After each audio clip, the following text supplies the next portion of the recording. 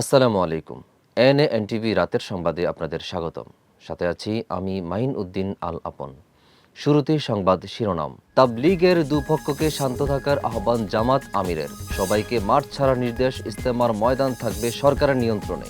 10 truck অস্ত্র মামলায় খালাস পেলেন লুৎফুজ্জামান বাবর। পলক এখন সেফ হোমে। 25 সালেই ভোটের সিদ্ধান্তে অনড় বিএনপি।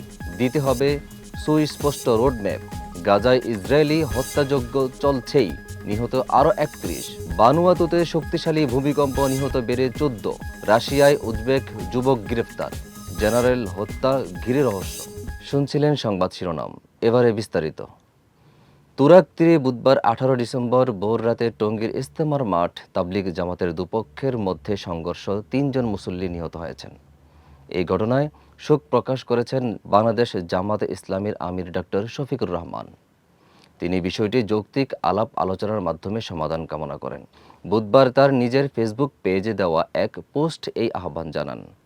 এতে তিনি লেখেন, মহান আল্লাহর দ্বীনের স্বার্থে সংশ্লিষ্ট সবাইকে সবর করার এবং শান্ত থাকার জন্য আন্তরিকভাবে আহ্বান জানাই। যারা নিহত হয়েছেন, মহান আল্লাহ তাদের ওপর রহম করুক, ক্ষমা করুক এবং জান্নাত নসিব করুক। জামাতের আমির আরও লেখেন, আল্লাহ তাআলা আহত ভাইদের দ্রুত সুস্থতার নিয়ামত দান করুক। দেশ এবং উম্মাহের সাথে সবাইকে ইতিবাচক মনোভাব নিয়ে এগিয়ে আসবেন সেই প্রত্যাশা রাখি। মহান আল্লাহ আমাদের সহায় হোক। গাজীপুরের টঙ্গীর বিশ্ব ইজতেমার ময়দান সংঘর্ষের ঘটনায় মাঠ নিয়ন্ত্রণ নিয়েছেন সরকার। মাওলানা জুবায়ের ও মাওলানা সাদের অনুসারীদের। শুনছিলেন সংবাদ শিরোনাম, এবারে বিস্তারিত। তুরাগ তীরে বুধবার 18 ডিসেম্বর ভোর রাতে টঙ্গীর ইজতেমার মাঠ তাবলিগ জামাতের দুপক্ষের মধ্যে সংঘর্ষ, 3 জন মুসল্লি নিহত হয়েছেন। এই ঘটনায় শোক প্রকাশ করেছেন। ময়দান থাকবে সরকারের নিয়ন্ত্রণে, সবাইকে মাঠ ছাড়ার নির্দেশ দেওয়া হয়েছে আজ বুধবার 18 ডিসেম্বর।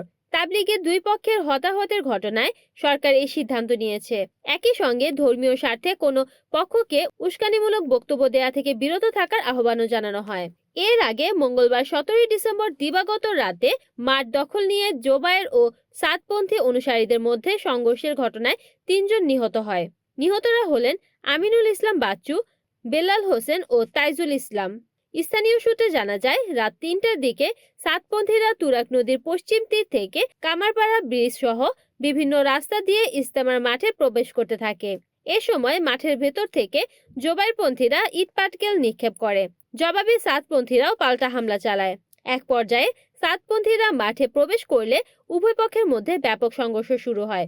এতে রাতে 2 জন ঘটনাস্থলে ও বুধবার সকাল 7টার দিকে ঢাকা মেডিকেল কলেজ হাসপাতালে একজনের মৃত্যু হয়। এ ঘটনায় শতাধিক লোক আহত হয়। Desk news, NN TV. বহুল আলোচিত চট্টগ্রামে 10 ট্রাক অস্ত্র চোরাচালানের ঘটনার দায়ের করা মামলায় সাবেক স্বরাষ্ট্র প্রতিমন্ত্রী লুৎফুজ্জামান বাবরকে খালাস দিয়েছেন হাইকোর্ট। বিচারপতি মোস্তফা জামান ইসলাম ও বিচারপতি নাসরিন আক্তারের সমন্বয়ে গঠিত হাইকোর্ট বেঞ্চ এই রায় দেন। ডেস্ক নিউজে বিস্তারিত জানাচ্ছেন অরণি আক্তার। আজ বুধবার বিচারপতি মোস্তফা জামান ইসলাম ও বিচারপতি নাসরিন আক্তারের সমন্বয়ে গঠিত হাইকোর্ট বেঞ্চের রায়ে চট্টগ্রামের বহুল আলোচিত 10 ট্রাক অস্ত্র চোরাচালান মামলায় সাবেক স্বরাষ্ট্র প্রতিমন্ত্রী লুৎফুজ্জামান বাবরকে খালাস দিয়েছেন হাইকোর্ট। গত 6 নভেম্বর চট্টগ্রামে 10 ট্রাক অস্ত্র চোরাচালান ঘটনায় করা মামলায় আসামিদের ডেট রেফারেন্স ও আপিলের ওপর শুনানি শুরু হয়। সেদিন সাবেক স্বরাষ্ট্র প্রতিমন্ত্রী লুৎফুজ্জামান বাবর সহ কয়েকজন আসামির পক্ষে শুনানিতে ছিলেন জ্যেষ্ঠ আইনজীবী এস.এম. শাহজাহান। সাবেক স্বরাষ্ট্র প্রতিমন্ত্রী বাবরের পক্ষে শুনানি করেন আইনজীবী শিশির মনির। 2004 সালের 1 এপ্রিল সিইউএফএল ঘাট থেকে আটক করা হয় 10 ট্রাক ভর্তি অস্ত্রের চালান। এ নিয়ে কর্ণফুলী থানায় অস্ত্র আইন ও বিশেষ ক্ষমতা আইনে চোরাচালানের অভিযোগ এনে 2টি মামলা হয়। মামলায় 2014 সালের 30 জানুয়ারি চট্টগ্রাম মহানগর দায়রা জজ আদালত এবং বিশেষ ট্রাইব্যুনাল এক রায় দেন। কাশিমপুর কারাগার থেকে রাজধানীর ধানমন্ডির সেফ হোমে আনা হয়েছে সাবেক ডাক, টেলিযোগাযোগ ও তথ্য প্রযুক্তি প্রতিমন্ত্রী জুনায়েদ আহমেদ পলককে। বুধবার 18 ডিসেম্বর সকাল 9টার দিকে জিজ্ঞাসাবাদের জন্য প্রিজম ভ্যানে করে পলককে ধানমন্ডির সেফ হোমে আনা হয়েছে। এখন পর্যন্ত তাকে জুলাই আন্দোলনের ইন্টারনেট বন্ধ সহ গণহত্যা সংগঠনের পরিকল্পনার বিষয়ে জিজ্ঞাসাবাদ চলছে। এর আগে গত 12 ডিসেম্বর সাবেক আইসিটি প্রতিমন্ত্রী জুনায়েদ আহমেদ পলককে একদিনের জিজ্ঞাসাবাদের অনুমতি দেন আন্তর্জাতিক অপরাধ ট্রাইব্যুনাল। আগামী বছর 2025 সালের মাঝামাঝি ত্রয়োদশ জাতীয় সংসদ নির্বাচন চায় দেশের অন্যতম প্রধান রাজনৈতিক দল বিএনপি। বিএনপির পাশাপাশি অধিকাংশ রাজনৈতিক দলেরও একই চাওয়া। নির্বাচন নিয়ে জনমনে যে সংশয় তৈরি হয়েছে, এই ঘোষণায় তা কাটবে না। প্রয়োজনীয় সংস্কার ও নির্বাচনের সময়ের প্রশ্নের সুনির্দিষ্ট রোডম্যাপ ঘোষণা করতে হবে। ডেস্ক নিউজে বিস্তারিত জানাচ্ছেন অরণি আক্তার। 2025 সালের শেষ দিক থেকে 2026 সালের প্রথমার্ধের মধ্যে নির্বাচনের সময় নির্ধারণ করা যায়। নির্বাচন নিয়ে প্রধান উপদেষ্টা ডাক্তার মোহাম্মদ ইউনূসের এমন বক্তব্যকে সাধুবাদ জানালেও দলগুলোর পক্ষ থেকে বলা হচ্ছে, নির্বাচন নিয়ে জনমনে যে সংশয় তৈরি হয়েছে, এ ঘোষণায় তা কাটবে না। প্রয়োজনীয় সংস্কার ও নির্বাচনের সময়ের প্রশ্নে সুনির্দিষ্ট রোডম্যাপ ঘোষণা করতে হবে। বিএনপি দায়িত্বশীলরা বলছেন, উপদেষ্টার বক্তব্য পুরোপুরি সন্তুষ্ট নন তারা।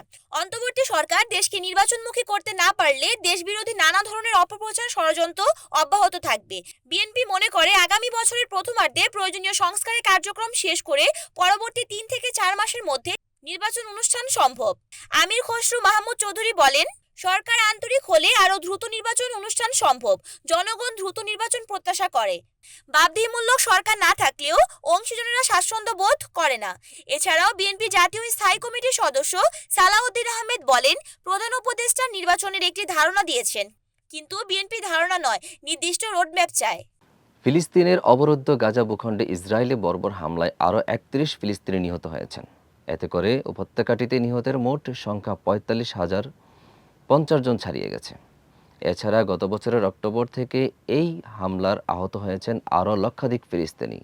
ডেস্ক নিউজে বিস্তারিত জানাচ্ছেন লাবনী আক্তার। গত বছরের অক্টোবর থেকে চলা ফিলিস্তিনের গাজা ইসরায়েলি হামলায় আহত হয়েছেন আরও লক্ষাধিক ফিলিস্তিনি। মঙ্গলবার এক প্রতিবেদনে এই তথ্য জানিয়েছে বার্তা সংস্থা আনাদোলু। প্রতিবেদনে বলা হয়েছে, গাজা উপত্যকায় ইসরায়েলের চলমান হামলায় কমপক্ষে আরও 31 জন ফিলিস্তিনি নিহত হয়েছেন। এতে করে গত বছরের অক্টোবর থেকে এ পর্যন্ত মোট মৃতের সংখ্যা বেড়ে 45,059 জনে পৌঁছেছে বলে মঙ্গলবার অবরুদ্ধ এই ভূখণ্ডের স্বাস্থ্য মন্ত্রণালয় জানিয়েছে। মন্ত্রণালয় এক বিবৃতিতে জানিয়েছে, গত 24 ঘন্টায় ইসরায়েলি বাহিনীর হামলায় 31 জন ফিলিস্তিনি নিহত এবং আরও 79 জন আহত হয়েছেন। হামলায় আরও অন্তত 1,07,041 জন ব্যক্তি আহত হয়েছেন। ভ্যানুয়াতুতে শক্তিশালী ভূমিকম্পের আঘাতে এখন পর্যন্ত 14 জনের মৃত্যুর খবর পাওয়া গেছে। জীবিতদের উদ্ধারে কাজ করে যাচ্ছেন উদ্ধারকর্মীরা। প্রাথমিক প্রতিবেদনে জানা গেছে, স্থানীয় সময় মঙ্গলবার রাজধানী পোর্ট ভিলা থেকে 37 কিলোমিটার দূরে ভূমিকম্পটি আঘাত এনেছে। এর গভীরতা ছিল 10 কিলোমিটার। রিক্টার স্কেলে ভূমিকম্পটির মাত্রা ছিল 7.3। শক্তিশালী এই ভূমিকম্পের আঘাতে বেশ কিছু ভবন ধসে পড়েছে এবং ভূমিধসের ঘটনা ঘটেছে। এছাড়া বিভিন্ন স্থানে বিদ্যুৎ সংযোগ এবং টেলিযোগাযোগ ব্যবস্থা ভেঙে পড়েছে।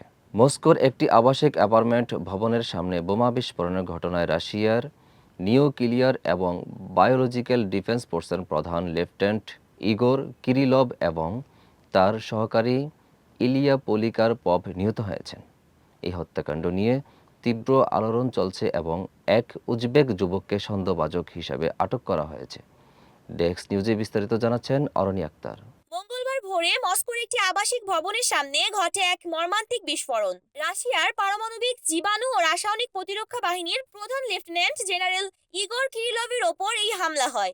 রাশিয়ার ফেডারেল নিরাপত্তা সংস্থা এফএসবি জানিয়েছে, বিস্ফোরকটি একটি ইলেকট্রিক স্কুটারের মধ্যে লুকিয়ে রাখা হয়েছিল এবং দূর থেকে এটি বিস্ফোরিত করা হয়। রাশিয়ার নিরাপত্তা সংস্থা জানিয়েছে, 29 বছর বয়সী উজবেক যুবক, যার নাম প্রকাশ করা হয়নি, ইউক্রেনীয় গোয়েন্দা সংস্থা দ্বারা নিয়োগপ্রাপ্ত ছিলেন। তাকে হত্যার বিনিময়ে $1,00,000 এবং ইউরোপে বসবাসের অনুমতি দেওয়ার প্রতিশ্রুতি দেওয়া হয়েছিল। বোমা বিস্ফোরণের পর স্থানীয় ছবিতে ভবনের প্রবেশপথ ধ্বংসপ্রাপ্ত এবং দেয়ালে পোড়া দাগ দেখা যায়। দুটি মরদেহ ঘটনাস্থলে পড়ে থাকতে দেখা যায়। এই হত্যাকাণ্ড কেবল রাশিয়া ইউক্রেন সংঘাতকেই নয়, পুরো অঞ্চলের নিরাপত্তা পরিস্থিতিকে নতুনভাবে প্রশ্নবিদ্ধ করেছে। এটি রাশিয়ার অভ্যন্তরে আরও গুরুতর হামলার আশঙ্কা তৈরি করেছে। ডেস্ক নিউজ, অরণি আক্তার। দেখছিলেন এনএনটিভির রাতের সংবাদ। সঙ্গে থাকার জন্য ধন্যবাদ।